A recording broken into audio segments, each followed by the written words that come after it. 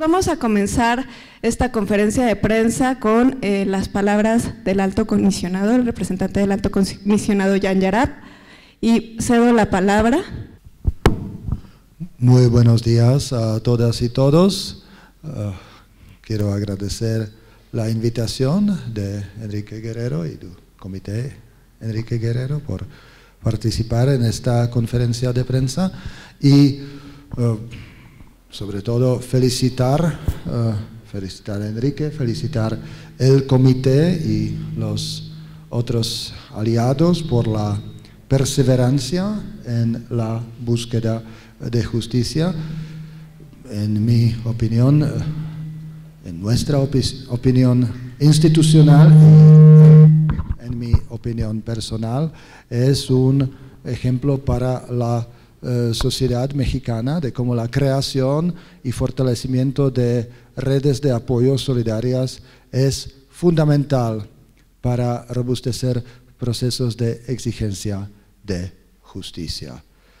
Quiero también aplaudir las gestiones del equipo de Presidencia de México, particularmente de Julio Scherer, quienes, al igual que la Secretaría de Gobernación y el Congreso, se han comprometido a atender situaciones de detenciones arbitrarias, de criminalización de líderes sociales, de fabricación de delito en México. Quiero reconocer el trabajo de un mecanismo internacional de Naciones Unidas importante en este contexto, el Grupo de Trabajo sobre Detención Arbitraria. Sabemos que la opinión de este grupo de trabajo en los casos de Enrique, en otros casos de vinculados de Damián Gallardo, de otros en este asunto, este gran caso, pero también en casos como de Liberado Baños, de Néstor Salgado. Estas opiniones del grupo de trabajo han sido muy importantes. Nosotros consideramos estas opiniones como nuestra principal guía en nuestro acompañamiento del caso, porque como oficina sí hemos acompañado el caso de Enrique por mucho tiempo. Quiero hacer en este contexto también un llamado a la investigación sobre las violaciones de derechos humanos ocurridas en todo el proceso de criminalización de Enrique, la tortura, la fabricación de delitos. Eso no debería quedarse en impunidad. Y quiero señalar algo que el grupo de trabajo menciona y que considero verdaderamente fundamental, que las víctimas como Enrique deben ser objeto de una ejemplar reparación integral por los daños sufridos. Es muy dramático que ocurrió, son más que 5 años en la cárcel de un joven, de un estudiante. Difícilmente me puedo imaginar el daño que eso causa, de ser privado de su libertad por más de 5 años y medio. Estuvimos en comunicación, te visité en la cárcel y cómo es duro esto. Y tiene esto desde nuestra perspectiva también un lado sistémico. Uno de los motivos por que no fue posible supuestamente a liberar a Enrique antes es que su prisión preventiva, porque pasó 5 años y medio en prisión preventiva sin ser sentenciado, fue prisión preventiva oficiosa por el delito que se le imputaba. Y por eso nos parece que toda esta figura de prisión preventiva oficiosa, donde la imputación es suficiente para que la persona pasa todo su proceso en prisión preventiva es verdaderamente una figura muy problemática y que no se debe utilizar, que se debe derogar y sin duda no se debe ampliar. Y otra figura jurídica que aquí nos parece relevante es la figura de desistimiento, que desistió la Procuraduría en la persecución penal. Y esto también es una figura que se podría utilizar en varios otros casos donde, y sin duda los demás panelistas van a hablar también de otros casos de personas donde sí nos queda claro que se trata de delitos fabricados, de una persecución de activistas sociales y persecución de personas que no deberían ser objeto de persecución penal y las fiscalías deberían desistir de esta persecución, sea a nivel nacional o a nivel estatal, porque también tenemos casos a nivel estatal. Y la observación final es sobre la protección. Sabemos que en los últimos días tuvimos otras tragedias, de nuevo, asesinatos de defensores, de periodistas, que urge fortalecer la protección de los defensores y las defensoras de derechos humanos en México, y eso sí se aplica también no solo para Enrique, sino también se aplica al comité Enrique Guerrero y a las defensoras, los defensores que lo han acompañado y que también, como sabemos, corren riesgo. Muchas gracias por su atención y reitero que es un gran placer estar aquí hoy con ustedes y con Enrique ya finalmente liberado.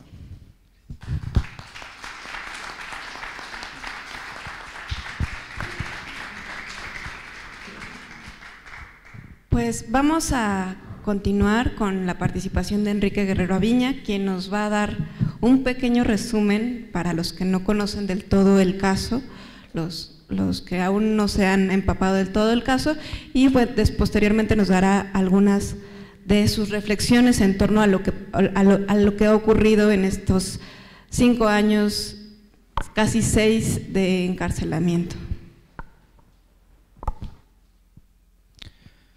Pues primero que nada quiero dedicar estas modestas palabras al compañero Ricardo, un compañero de aventuras, como él dice, un compañero hasta lo imposible.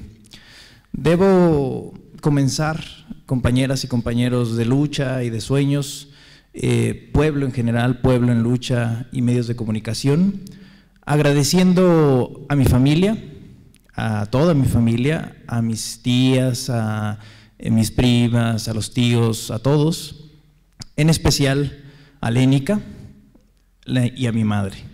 Lénica es una guerrera imprudente hasta la sabiduría. Mi madre, pues hoy día es madre y defensora de derechos humanos. Y bueno, también debo agradecer a las compañeras y compañeros del colectivo Liquidámbar y del comité Enrique Guerrero por haber mostrado congruencia en los tiempos más oscuros y más sombríos. Debo reconocer y agradecer a todas las organizaciones de derechos humanos que acompañaron mi caso, entre ellas a Consorcio Oaxaca, el Colectivo contra la Tortura y la Impunidad, CCETI, Amnistía Internacional, la Oficina Ecuménica por la Paz y Justicia, Frontline Defenders, la OMCT, y también debo agradecer al movimiento magisterial, a la Coordinadora Nacional de Trabajadores de la Educación, en especial a la combativa sección 22. Sin todas ustedes y todos ustedes, yo no estaría aquí, y aquí estoy, en pie de lucha, mi más profundo agradecimiento. Por desgracia y por fortuna, la justicia en este mundo no se regala, se lucha. Se lucha en cada calle, en cada esquina, en cada milpa, en cada historia, en cada celda. Por tanto, mi liberación debe entenderse de manera colectiva. Y por eso de los agradecimientos. Por un lado tenemos esta lucha de las organizaciones de derechos humanos, esta lucha de la familia, y por otro lado, como dije, la lucha popular y la lucha magisterial. Jurídicamente demostramos, primero, mi absoluta inocencia. Segundo, la fabricación y la consigna política, tanto en mi contra como de otros activistas y defensores de derechos humanos, como sería el caso del también defensor de derechos humanos hoy libre, Damián Gallardo Martínez. También demostramos las fuertes violaciones a mis derechos humanos, entre ellas tortura, desaparición forzada, tentativa de ejecución extrajudicial, entre otras. Tal como dictaminó el Grupo de Trabajo sobre Detención Arbitraria de Naciones Unidas en el párrafo 27 de la Opinión 55/2015, fui perseguido por mi labor como defensor de derechos humanos. Pero esa persecución fue una persecución colectiva. Fue una persecución contra el colectivo Liquidambar, fue una persecución contra los estudiantes críticos, fue una persecución contra quienes nos oponíamos a la reforma educativa, fue una opinión contra el pueblo organizado. Estamos aquí y nuestra voz debe seguir luchando porque hemos hecho de nuestra vida una lucha. Por ello, como colectivo Liquidambar, realizamos 4 demandas que trataré de sintetizar. Primero, pedimos la reparación integral del daño para todos y todas los presos políticos de este país y sobre todo medidas efectivas de no repetición. Que nunca más haya presos políticos en este país, que nunca más haya criminalización. Segundo, si bien reconocemos la voluntad del nuevo gobierno de atender esta demanda justa e histórica, es decir, la demanda de liberación de los presos políticos, por otra parte, también reconocemos que aún hay muchos presos políticos en prisión y que aún hay muchas personas inocentes en prisión. Entonces, la demanda hacia la Secretaría de Gobernación sería dar celeridad a la revisión de esos procesos y proceder a la inmediata libertad. Cada día que un inocente pasa en prisión, se cumple una cuota de espanto que es impagable. ¿Quién va a resarcir esos días? ¿Quién los va a reponer? Y justamente eso se concatena con lo que decía Jan Yarab, en el sentido de que la prisión oficiosa debe ser revisada y debe desaparecer. ¿Quién nos repone después de tantos años todo ese tiempo sufrido?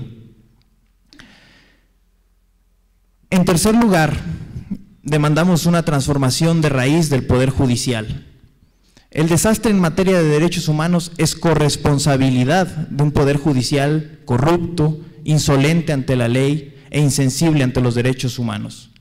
Procesos tan injustos como el que yo he sufrido no podrían entenderse sin un Poder Judicial que no atiende ni recomendaciones internacionales, que no atiende ni a los propios mecanismos legales nacionales e internacionales. Sin una transformación de raíz del Poder Judicial no podrá haber justicia y el pueblo exige justicia. Cuarto, solicitamos se inicie la discusión seria y formal que permita construir mecanismos legales permanentes para dar seguimiento y cumplimiento a las recomendaciones de organismos internacionales, como en el caso de Naciones Unidas. Un mecanismo que permita dar seguimiento tanto a las recomendaciones del Grupo de Trabajo sobre Detención Arbitraria como del Comité contra la Tortura y el Comité sobre Desapariciones Forzadas, entre otros mecanismos y instancias. Bueno, esta prisión política ha terminado. Hoy la justicia y la utopía han ganado un poco, solo un poco. Las calles y yo nos encontramos como un espejo, un tanto impacientes, un tanto maltrechos, pero también nos encontramos en pie por la defensa de los derechos para todas y todos.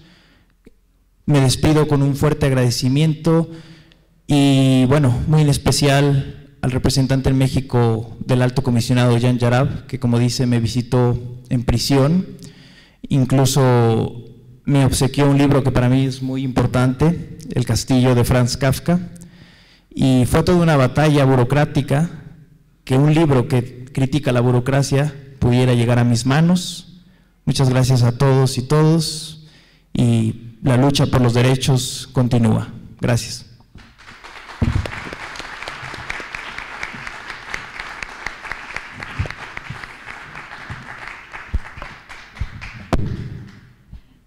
Pues vamos a ceder la palabra a Carolina Jiménez Sandoval, directora adjunta de investigación para las Américas Amnistía Internacional.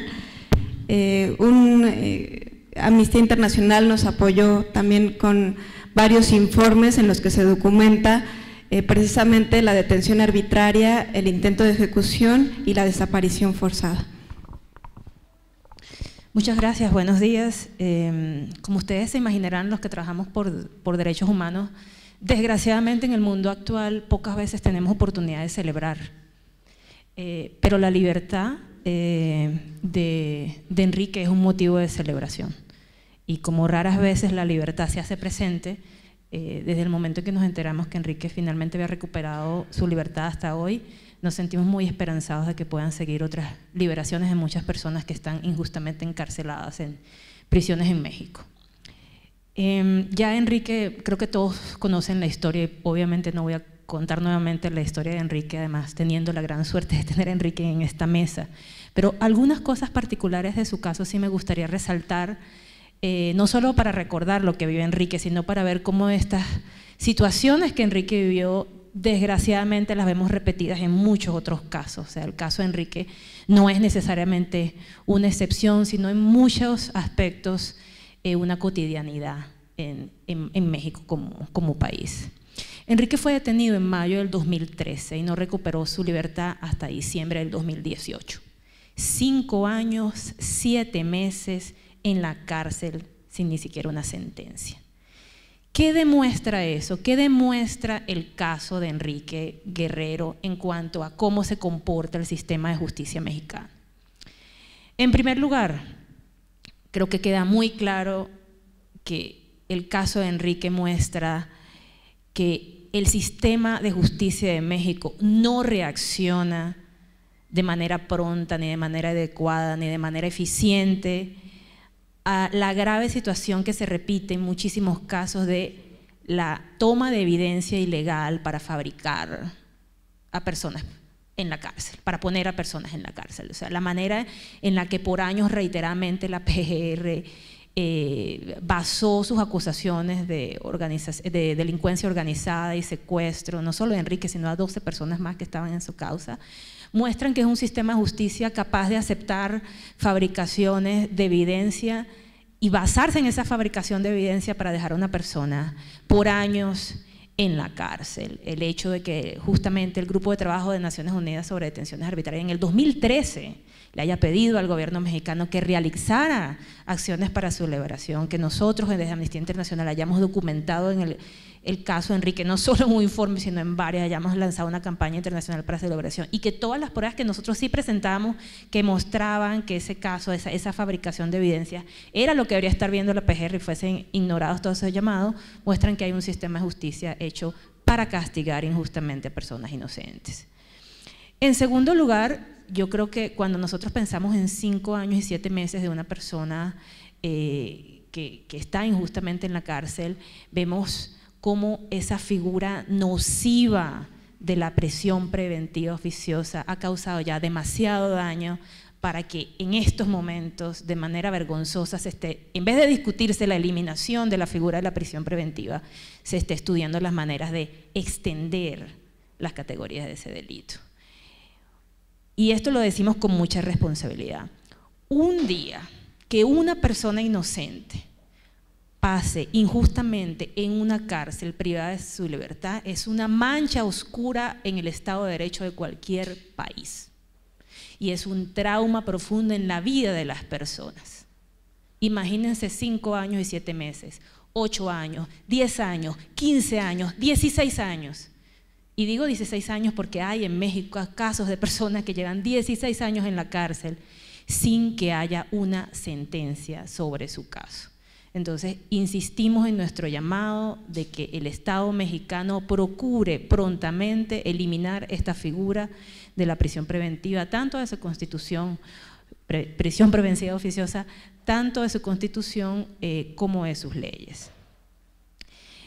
En tercer lugar, creo que hay que recordar que la detención arbitraria lamentablemente es una práctica cotidiana. Uno a veces cree, cuando escucha de personas que han sido detenidas, que es una cosa que no ocurre con frecuencia. Todo lo contrario, ser detenido en México realmente es algo que puede ocurrirle a cualquier persona.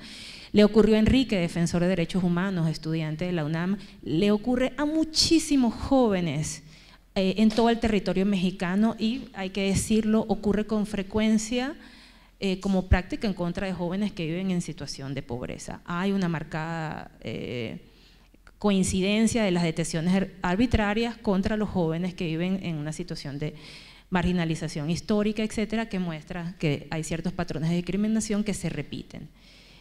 Pero no es exclusivo a jóvenes en situación de pobreza.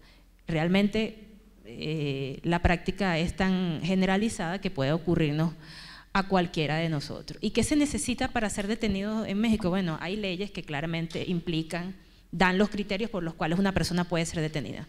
Que exista una orden judicial, eso pasa muy poco, o que la persona sea detenida en un contexto de flagrancia. Nuestras investigaciones demuestran que la flagrancia también se fabrica. O sea, si uno ve las razones por las cuales muchas personas son detenidas en México y ve el informe, cuando hay informe policial, estaba cometiendo un delito y justamente pasamos por allí. Entonces, básicamente esto es lo que se necesita en México para ser detenido. Una falsa sospecha, ¿no? Un grupo de policías o un solo policía con la intención de detener a una persona para extorsionarlo, para fabricar evidencias y solucionar así, lo pongo entre comillas, un crimen que se está investigando, o en el caso de personas pertenecientes a movimientos sociales, grupos de derechos humanos, para cumplir con ciertos objetivos políticos. Entonces, insistimos, esta es una práctica desgraciadamente muy común, muy cotidiana y que no va a terminar hasta que no se tomen ciertos correctivos para asegurarnos que las detenciones arbitrarias ocurren exclusivamente en el marco de lo que está permitido por la ley. Y por último, y en esto sí quiero hacer mucho hincapié, una de las cosas que nosotros hemos visto con mayor preocupación cuando se trata de detenciones arbitrarias es que las detenciones arbitrarias son el punto de partida para las graves violaciones de derechos humanos. Cuando pensamos en la tortura, cuando pensamos en la desaparición forzada y en los casos más extremos, cuando pensamos en las ejecuciones extrajudiciales, muchísimas de estas graves violaciones fueron cometidas después de que la persona fue víctima de una detención arbitraria. Y esto se repite en muchísimos casos, mujeres, de hombres, de adolescentes, que primero son víctimas de una detención y posteriormente, al ser esa detención arbitraria, se presta la situación para que la persona sea víctima de torturas u otros tratos crueles, inhumanos y degradantes, y como dije, en los casos más extremos, incluso la pérdida ilegal de la vida. Es decir, hay que comenzar a atacar ese problema de raíz, que es la detención arbitraria, que es la manera común en la que una persona hoy en día puede ser detenida, llevada a una cárcel o a otro centro de detención, y luego allí en la falta de transparencia y en la impunidad se esconden violaciones mucho más graves que esa. Para despedirme, yo retomo un poco lo que decía Enrique antes. Es cierto que la justicia hay que lucharla, y es cierto que con la libertad de Enrique la justicia ha ganado un poco, pero obviamente desde una organización de activistas de derechos humanos nuestro llamado es a que sigamos juntos en este camino para asegurarnos que la justicia gane completamente. Celebramos tu libertad, Enrique, y le hacemos extensiva nuestra solidaridad, no solo a ti, sino a tu familia y a todas las personas que te acompañaron en esta lucha y que te seguiremos acompañando. Gracias.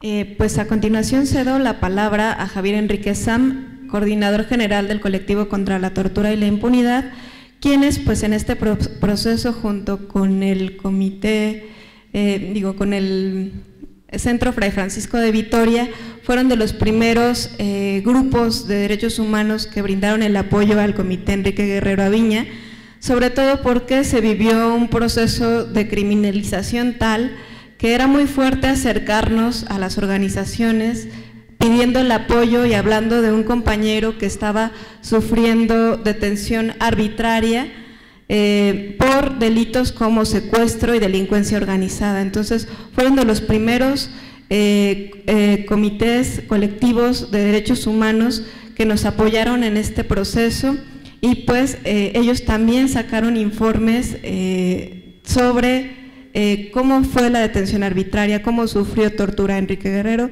y pues le cedo la palabra a Javier. Muchas gracias, Iris. Bueno, buenos días a todas y todos los que nos acompañan. Para el colectivo contra la tortura y la impunidad es un gusto ver a Enrique afuera y por supuesto un gusto que todos sus familiares pues hoy cuenten con su persona querida, por supuesto más cuando se trata de un caso pues de inocencia, ¿no? Frente a esto. En la cuestión de la tortura es muy importante señalar que el caso de Enrique y los coacusados es un caso que muestra cómo el poder del Estado reprime a estos líderes sociales, ¿no? Magisterio, estudiantes, y sobre ellos a reprimir. Y reprime usando la tortura, ¿no? Y la tortura es un elemento que sirve para desmovilizar, paralizar y incidir en aquellas situaciones en donde el poder está siendo cuestionado. En ese sentido, los gobiernos de Enrique Peña Nieto pues fueron evidenciados de este tipo de actos. Y más allá de esto, la cuestión de la tortura a nivel judicial se logra ver cómo se confabulan las autoridades para fabricar este delito.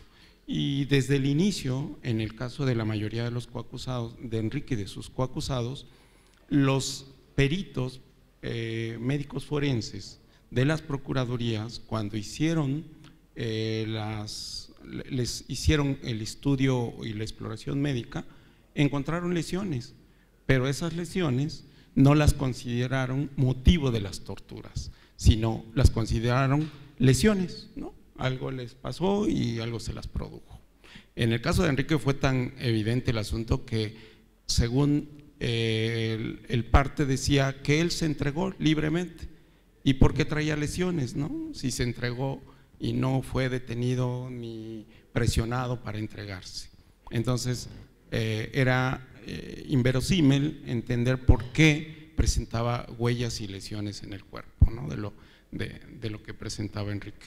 Entonces ahí se ve cómo los médicos de las procuradurías se confabulan a esto. Y luego la intervención de la Comisión Nacional de Derechos Humanos para realizar el protocolo de Estambul para valorar si había tortura, se suma al hecho y dice pues no hay nada, no hay tortura. Entonces pues dices así investigaría o así estaba confabulado el asunto, de tal manera que hacían que Enrique fuera detenido arbitrariamente y no se reconociera, a pesar de existir una recomendación del Organismo Internacional de Naciones Unidas, como ya se ha dicho, y de la tortura que había sufrido Enrique y que tampoco ni la Comisión Nacional de Derechos Humanos ni los médicos reconocían. Entonces se señalaba, Enrique no tuvo tortura, tuvo que solicitar y exigir se le hiciera el estudio por parte de peritos independientes para que se le pudiera demostrar. Es hasta después de varios años, en el 2016, él es detenido en el 13, o sea 3 años después, es que se puede lograr hacer un peritaje independiente. Y bueno, ya en el peritaje independiente logramos evidenciar que él se le aplicaron métodos fuertes, de posiciones forzadas, de simulacro de muerte. Se le puso una arma en la cabeza y se le accionó, ¿no? Clic, y por supuesto no tenía bala, pero era suficiente. Son varios métodos diferentes que le fueron aplicados a Enrique en su detención. Además tuvo una persecución en su vehículo a balazos, ¿no? La policía, tanto de la Comisión Nacional de Seguridad como la Secretaría de Seguridad Pública del DF, lo persiguieron e incluso accionaron armas de alto poder para disparar, y en el vehículo en que viajaba Enrique quedaron las huellas de esas balas, y que según pues no tienen ninguna implicación en su caso, ¿no? Entonces, según la autoridad. Entonces, este tipo de situaciones evidencia la confabulación de las autoridades, de los juzgados, de las comisiones y de los peritos. Lamentablemente, lo que estoy señalando es que en México sigue siendo un problema muy serio el poder demostrar la tortura, ¿no? Sigue siendo una herramienta que usa el poder para frenar a los líderes sociales que les son incómodos. No solo a ellos, tenemos también casos de gente inocente y ciudadanos de a pie que también han sido torturados y ahí están en la cárcel, ¿no? Tenemos un caso de maestros también en Guerrero, del maestro profesor Máximo Mujica, que también bajo esas condiciones se le ha imputado cosas, es un maestro inocente y sigue en la cárcel con su esposa y otros compañeros coacusados. Entonces, en México es muy común seguir usando la tortura, a pesar de que ya se ha logrado generar una ley general de la tortura, que esperamos este gobierno en turno asuma verdaderamente esa ley y aplique como debe ser los protocolos, y todos aquellos casos en donde demostremos que hay tortura, sea respetado el hecho y entonces consignado. Como en el caso de Enrique, que nos sumamos a lo que él señala. ¿Qué se quiere? Pues que se sentencie a los responsables de esos actos, no solo a los materiales, o sea, no solo a los policías, sino a los intelectuales que jugaron un papel importante para reprimirlos, y eso es muy común en este país y no se logra, y entonces necesitamos avanzar en ese nivel. Mientras siga siendo impune la tortura, el país va a seguir teniendo tortura. Necesitamos que se logre juzgar a todos aquellos que cometen los actos de tortura para que en este país podamos ir aboliendo la tortura, ¿no? Eso es indiscutible.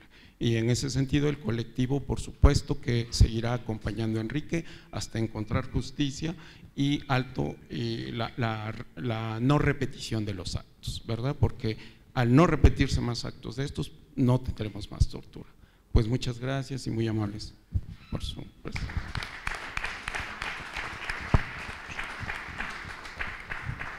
Y bueno, por último, pero no menos importante, queremos recalcar, justo como lo mencionaba Enrique en su discurso, que esto no era posible, esta liberación, sin la lucha conjunta de los organismos de derechos humanos, pero también la lucha popular, social, y por ello nos acompaña el día de hoy Eloy López Hernández, secretario general de la sección 22. Recordemos que precisamente el caso de Enrique Guerrero Aviña y de todos los demás presos con los que estuvo, que fueron 13, también vincularon a los maestros de la sección 22, justo fue por este contexto en el que se venían formulando estas reformas energéticas, reforma de la educación, y en un contexto muy represivo de inicios de gobierno de Peña Nieto. Entonces, le cedo la palabra a Eloy. Bueno, buenos días, como ya lo mencionaron, mi nombre es Eloy López Hernández, secretario general de la combativa sección 22 Oaxaca, aglutinados en la Coordinadora Nacional de los Trabajadores de la Educación. Hoy estamos aquí y lo hemos dicho desde el día 28 de diciembre, que para la sección 22, para la coordinadora, hemos ganado, hemos tenido afortunadamente una victoria en la cual, por la fuerza del movimiento, por todos los organismos, por toda la lucha, pudimos liberar a 12 compañeros que estaban presos injustamente en un penal de alta seguridad, ¿no?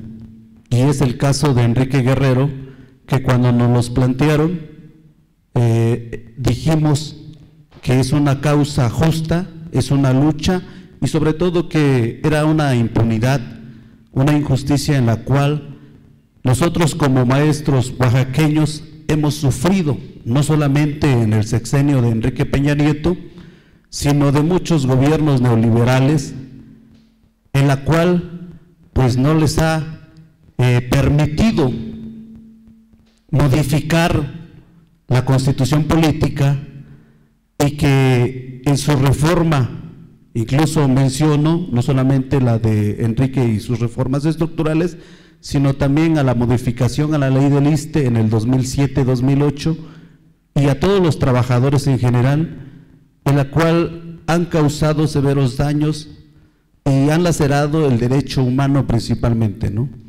A partir de la imposición de Enrique Peña Nieto en el 2012, para la sección 22 y para la coordinadora, inicia una etapa prácticamente fulminante que quisieran, o el objetivo era terminar con el sindicalismo en México.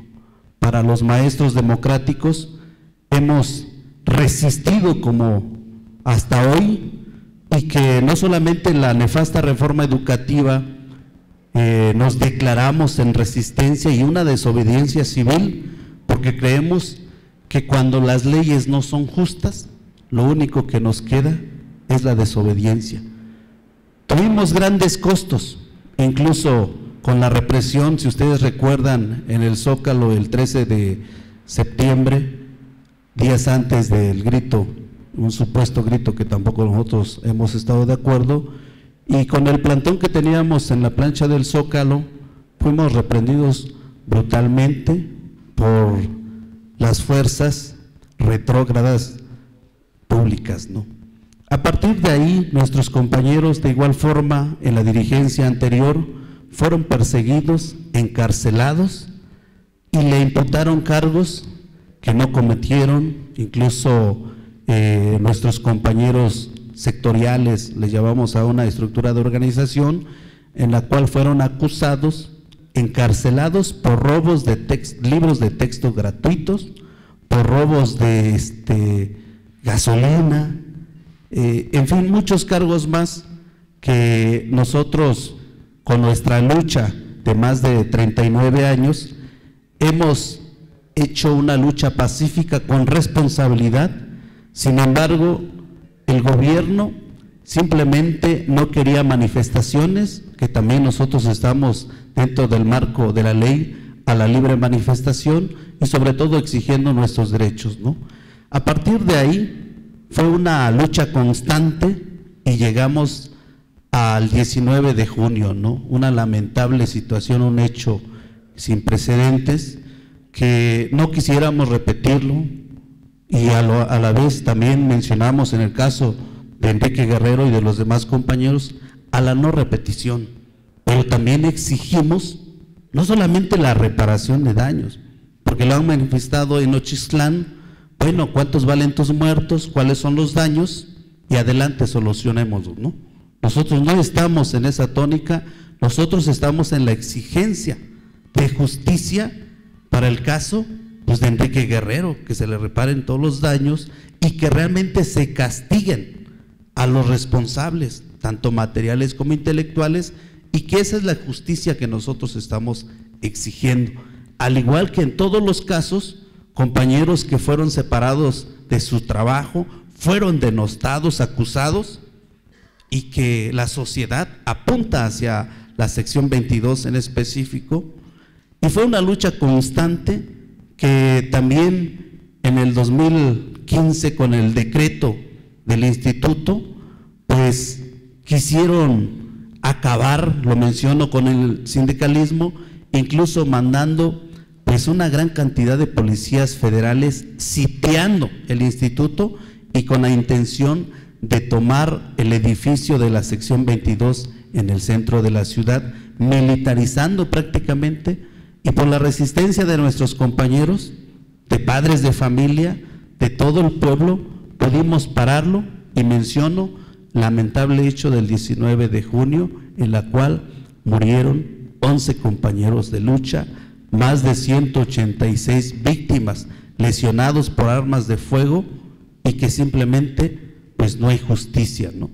En este caso hemos seguido con nuestra lucha, jamás claudicaremos con todas las demandas que tiene el magisterio oaxaqueño y sobre todo que compañeros que han estado presos, incluso la dirigencia anterior, pues estuvo, el secretario general por primera vez en su historia fue encarcelado, fue torturado y también aún no termina su proceso pues de sentencia, no hay sentencia como tal, pero tampoco pues hay una o nos permiten siquiera el recurso de amparo para poder pues seguir con nuestra ruta jurídica. Es una lucha constante, es una lucha que no cesaremos y la dirigencia de la sección 22 por supuesto está muy expuesto ante el gobierno, sin embargo nos hemos conducido con responsabilidad y tenemos una representación que en cualquier momento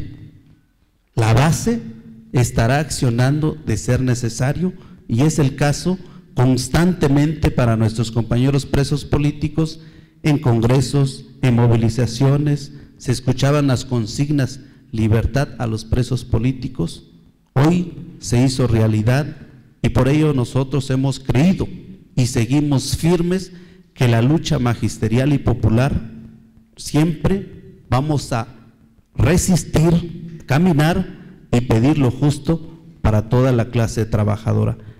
Este movimiento no solamente es un movimiento del magisterio, de los maestros, sino también es un movimiento popular, como lo hicimos en el 2006, con la exigencia incluso de la salida del tirano Ulises Ruiz Ortiz. Fue una lucha con una convocatoria amplia, solamente lo cito, de más de 1 millón de personas movilizadas y también sufrimos la represión en noviembre, incluso todavía en lo último, con el 14 de junio también una represión brutal.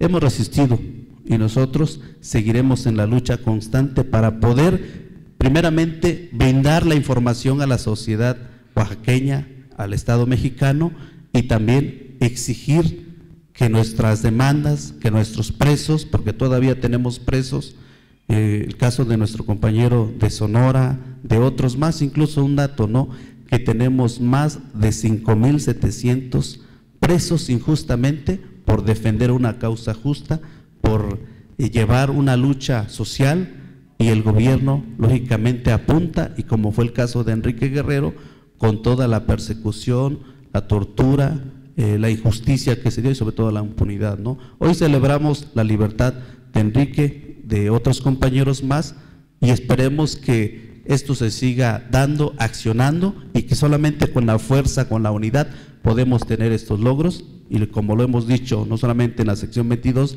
y como la coordinadora, seguiremos y hasta la victoria siempre. Gracias.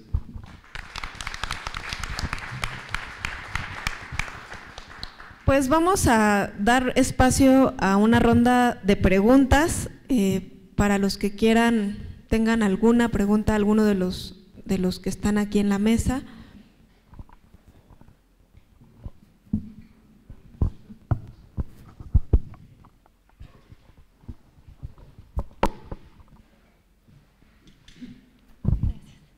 Hola, buenas tardes. Anabel Clemente del Financiero. Quisiera saber cuál es el delito, porque el que se acusaba era por el del secuestro de los 2 niños en Oaxaca. Eso por una parte, dicen que fueron 12 liberados, los 12 estaban en este caso, ¿eso quiere decir que el secuestro nunca existió? ¿Qué pasó con ese caso? Eso por una parte, y para otros, lo que comentaba Eloy sobre los presos políticos que existen todavía, es en total más de 5,000 presos políticos, y de la coordinadora, ¿cuántos son los que están todavía presos injustamente? Gracias.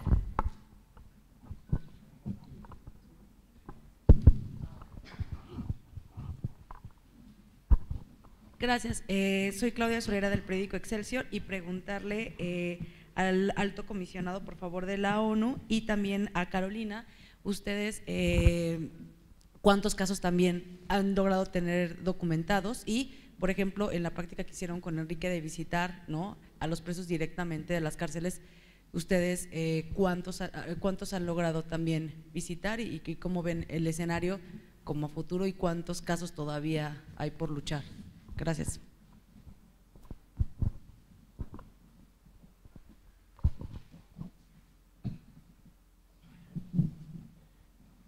Hijo, estoy feliz de que estés libre y no es justo que un ministerio público haya levantado cargos contra ti sin tener una sola prueba.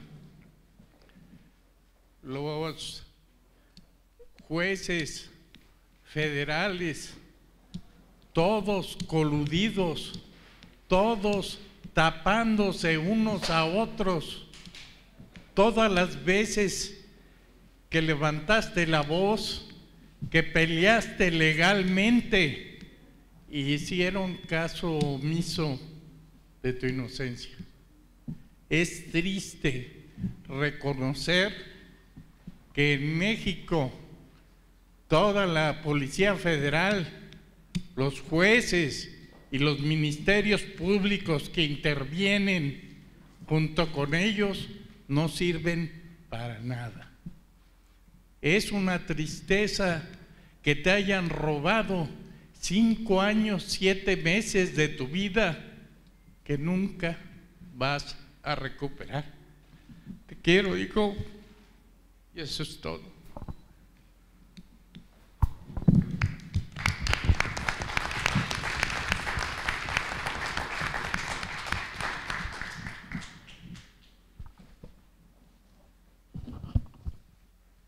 ¿Alguna otra persona antes de que demos tiempo a las respuestas?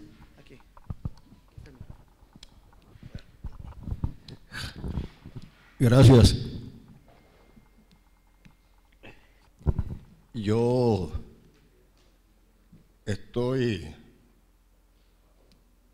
bien contento de que Enrique esté, como dicen por ahí, otra vez en la calle.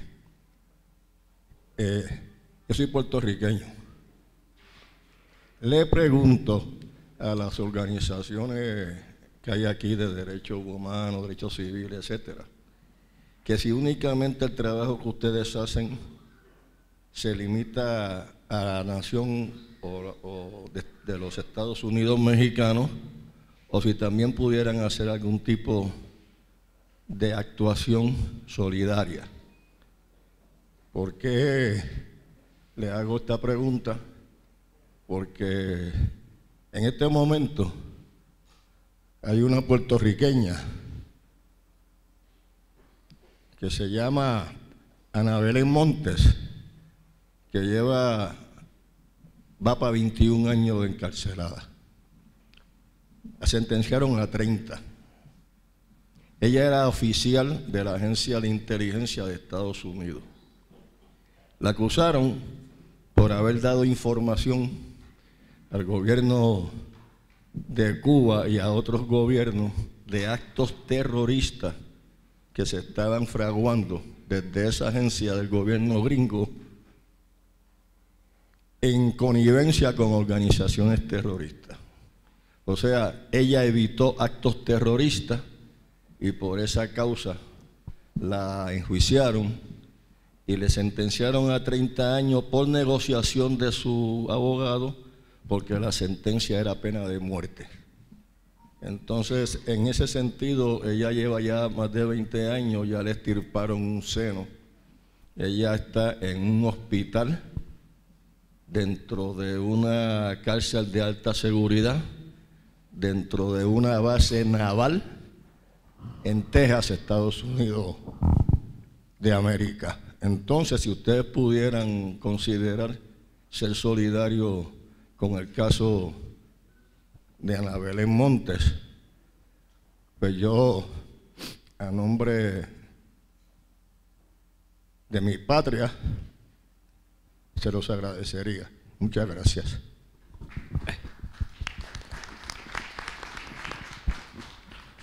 Voy a dar tiempo para que den la respuesta. ¿Quién quiere comenzar?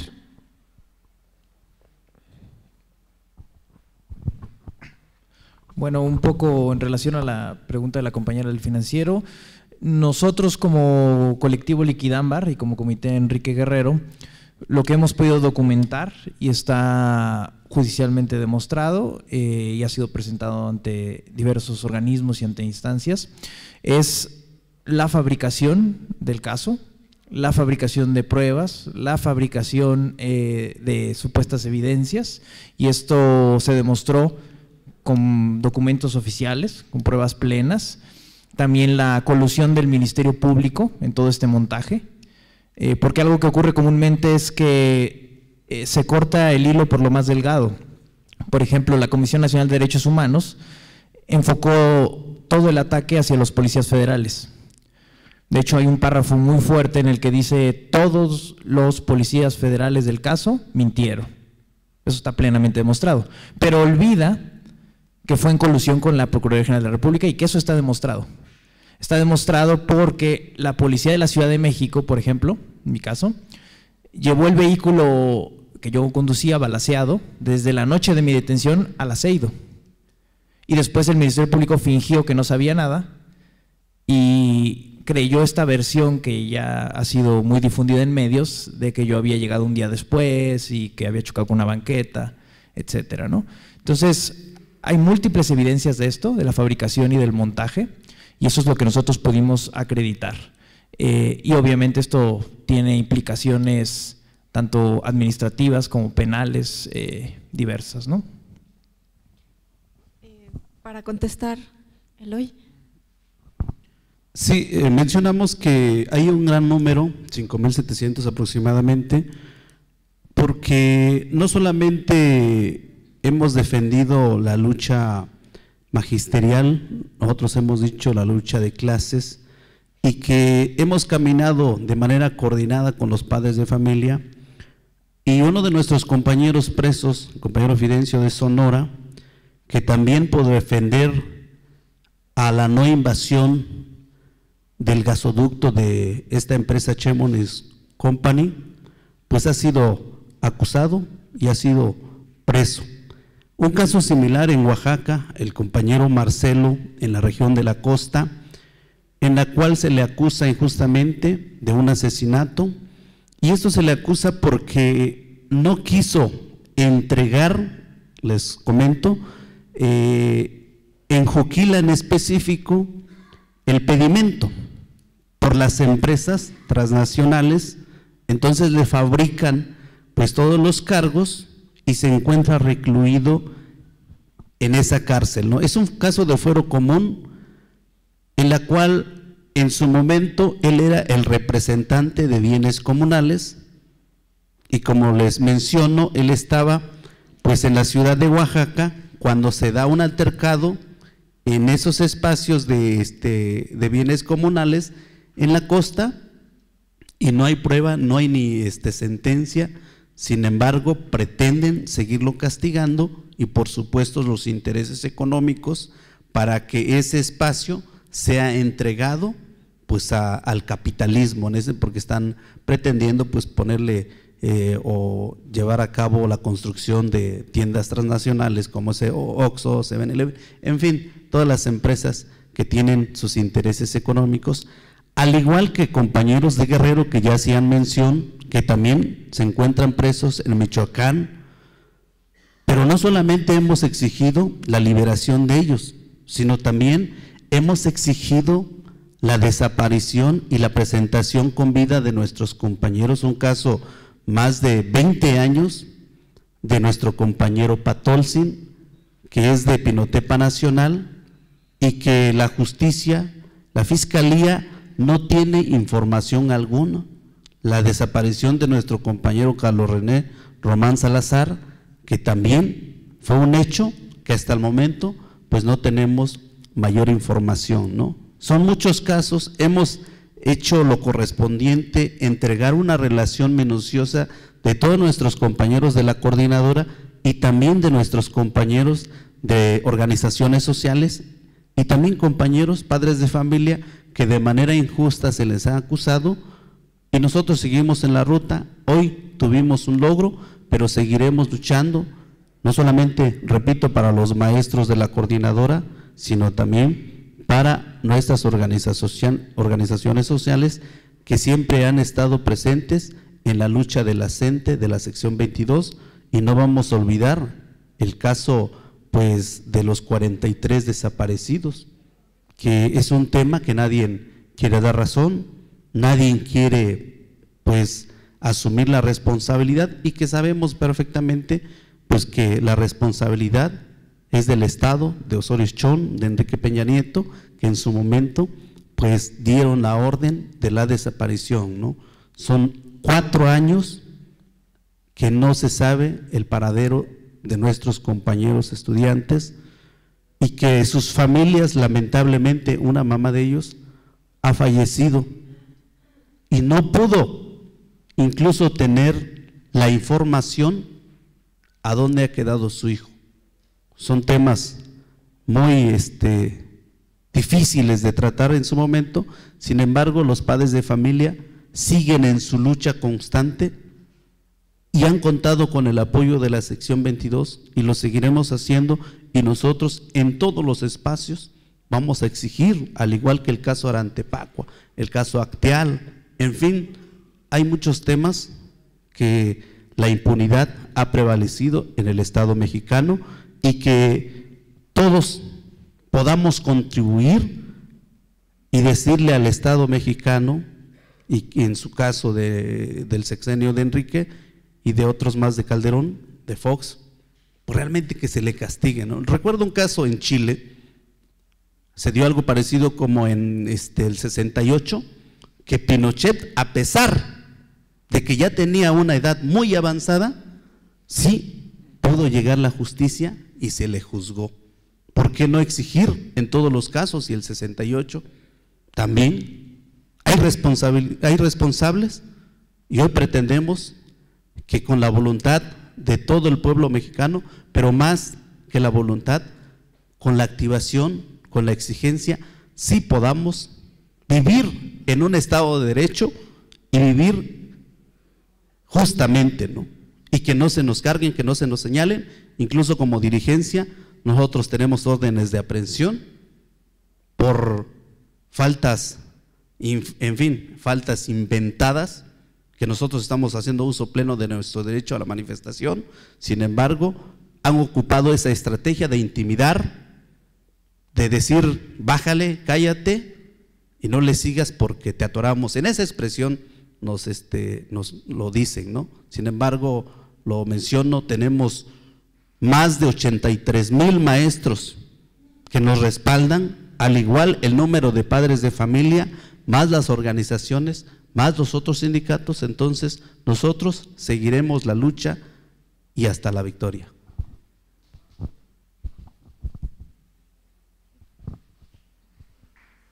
Tengo 2 preguntas. La primera es sobre otros casos documentados y acompañados por la Oficina del Alto Comisionado en México. Bien, no les puedo dar en este momento una estadística cuántos casos hemos documentado y acompañado a lo largo de los años. La oficina existe por 16 años y la dimensión de documentación de casos individuales se ha desarrollado de manera paulatina y estaba creciendo en los años. Entonces sí hemos documentado muchos casos, pero acompañado con diversos grados de acompañamiento. En algunos sí son casos que hemos visitado una vez en la cárcel, otros son casos que hemos verdaderamente acompañado, como recientemente el caso Tlanisco, de los 6 defensores de derechos humanos encarcelados injustamente de Tlanisco, como un caso ejemplar. Evidentemente nos queda claro que se trata de esta proverbial punta del iceberg, y que una oficina pequeña como la nuestra no puede acompañar, no puede tener la ambición de acompañar la gran mayoría de los casos, sino que hay que ser selectivos en esto, y entonces hemos acompañado sobre todo los casos identificados por el grupo de trabajo de detenciones arbitrarias, como es el caso de Enrique y Damián, Librado Baños, y también casos de líderes indígenas encarcelados por delitos fabricados, por resistir megaproyectos corruptos. Puedo mencionar el caso de Mario Luna, por ejemplo, y hemos acompañado de manera un poco más sistemática los casos que se dan no en el contexto de una represión de movimientos o de defensores, sino en el contexto de la supuesta guerra contra crimen. Y estuvimos aquí en Centro Pro recientemente también participando en una conferencia sobre este tema, sobre el tema de tortura sexual de mujeres. Entonces sí hemos acompañado varios casos de fabricación de delito y de uso de tortura sexual para extraer confesiones de mujeres en un contexto supuestamente de acusaciones de crímenes ordinarios, entonces no abiertamente políticos, sino también sino en el contexto de la supuesta lucha contra el crimen. Sin embargo, igualmente preocupantes por el hecho que estas víctimas tienen aún menos apoyo, aún menos, siguen siendo menos conocidas por el público, y se sigue criminalizándoles por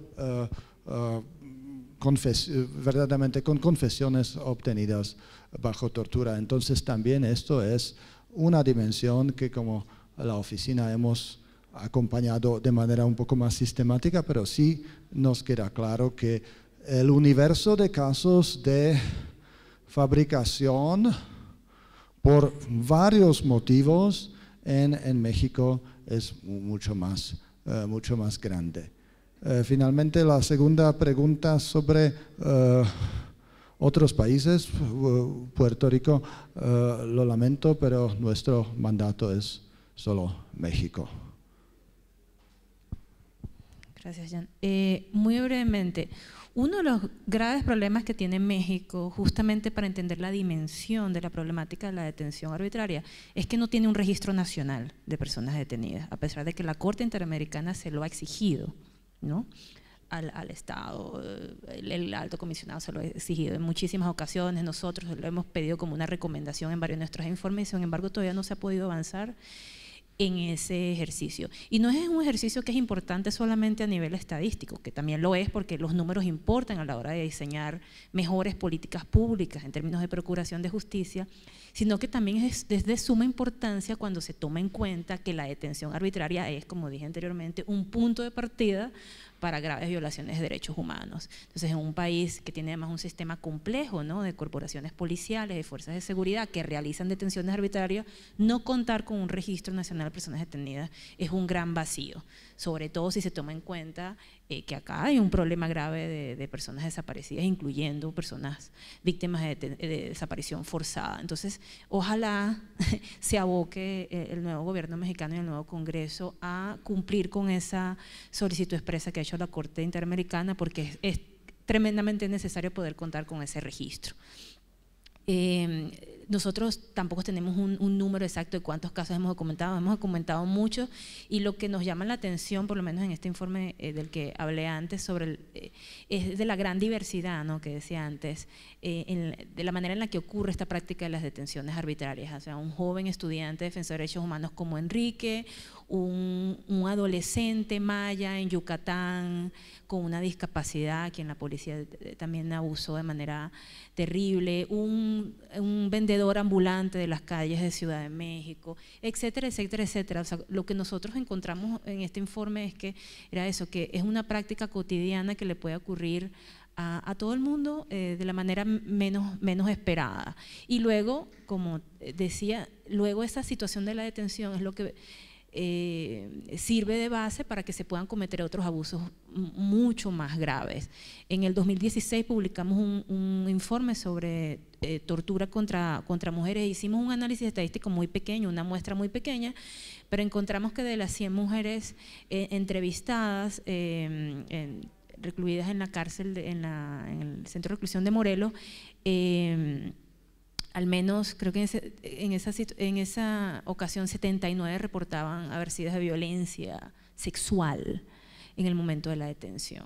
O sea, es un número altísimo el que arrojó la encuesta que pudimos realizar y los datos que pudimos sistematizar, pero coincidían además con lo que ya había dicho el relator de Naciones Unidas contra la Tortura, de que la tortura es una práctica generalizada en México, y en el caso de las mujeres estamos hablando de tortura sexual, lo cual también desgraciadamente da cuenta de esta situación endémica de violencia que existe contra la mujer en el país, y que en el caso de personas detenidas, de mujeres detenidas, desgraciadamente es además llevada a cabo por agentes de seguridad. Entonces, aprovechamos el espacio para pedirle nuevamente al gobierno mexicano que cumpla con la gran necesidad de tener un registro nacional de personas detenidas.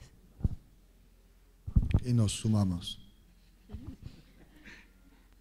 Sí, efectivamente el problema de la numeralia de las diferentes violaciones graves a derechos humanos es difícil de ubicar. Cada dependencia, cada organización tiene una numeralia propia, ¿no? Pero precisamente por eso se ha ido como presionando al Estado para que lleve, como comentaba Carolina, registros. En el caso de la Ley General de la Tortura, cuando se llevó, digamos, se autorizó en el 2017, estando el gobierno de Peña Nieto, quedó como parte de esa ley que se haría un registro nacional de la tortura. Entonces, bueno, hay muchas tareas pendientes, ¿no?, que tiene el gobierno en turno, que tendría que ponerse a trabajar, y que pues ahorita parece que tiene otros intereses o está metido en muchos otros temas, pero todavía no entra de lleno a cumplir con lo que van a llegar las siguientes recomendaciones muy pronto, ¿no?, de los diferentes mecanismos internacionales. Próximamente estará el EPU, el examen periódico universal, recordándole que tiene que cumplir con una serie de obligaciones que tienen que ver con registros y muchas cosas más. Próximamente el Comité contra la Tortura va a deliberar en marzo.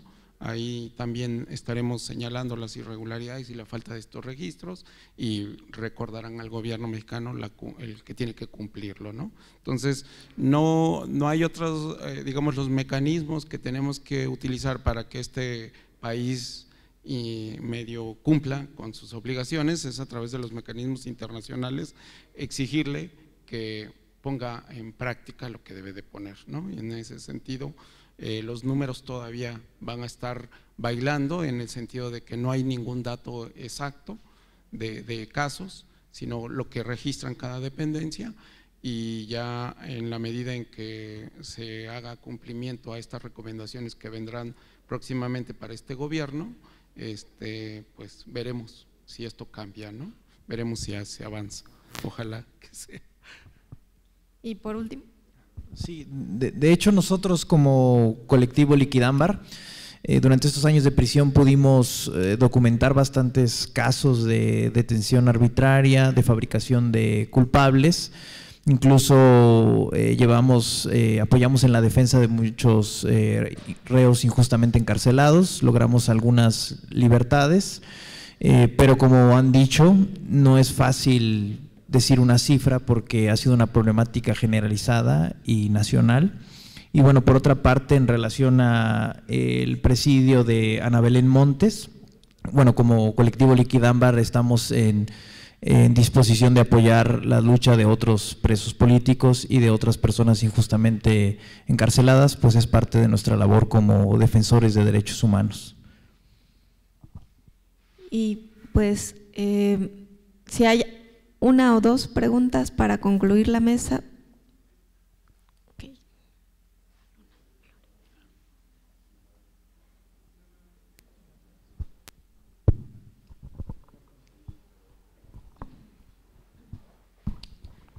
Sí. Hola, buenas tardes. Quisiera ver si ustedes pueden influir en que los medios dejen de criminalizar. La semana pasada leí una noticia del Financiero, del nefasto Pablo Iriart, en donde dice que se liberaron a secuestradores. Nosotros lo sabemos y esperamos que todo el mundo lo sepa. Ojalá la ONU, Amnistía Internacional y todos podamos influir en que los medios dejen de decir mentiras. Ojalá, ese puede ser un reto. ¿Por qué? Porque destruyen vidas. En el 2013 dijeron que yo era anarquista, que yo era vándalo, dijeron que yo había saqueado tiendas de tenis, fue La Razón, en donde estaba Pablo Iriart, y destruyó mi vida. Aún hoy, después de 6 años, sigo luchando en contra de mi detención arbitraria, fui torturada y no puedo recuperar mi vida por estos medios mentirosos. Ojalá como autoridades ustedes sí puedan influir en estos medios que destruyen vidas y que ya le quitaron 5 años, 8 meses de su vida a Damián Gallardo, a Enrique Guerrero y a otros muchos, y apenas la semana pasada siguen diciendo mentiras. Ojalá puedan apoyarnos a los luchadores sociales y a los defensores de derechos humanos en contra de estas mentiras. Muchas gracias.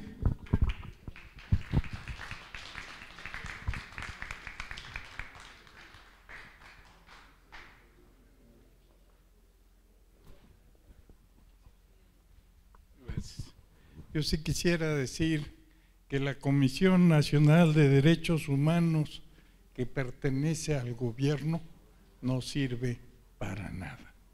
Es un elefante blanco. Tiene muchísima gente. ¿Para qué?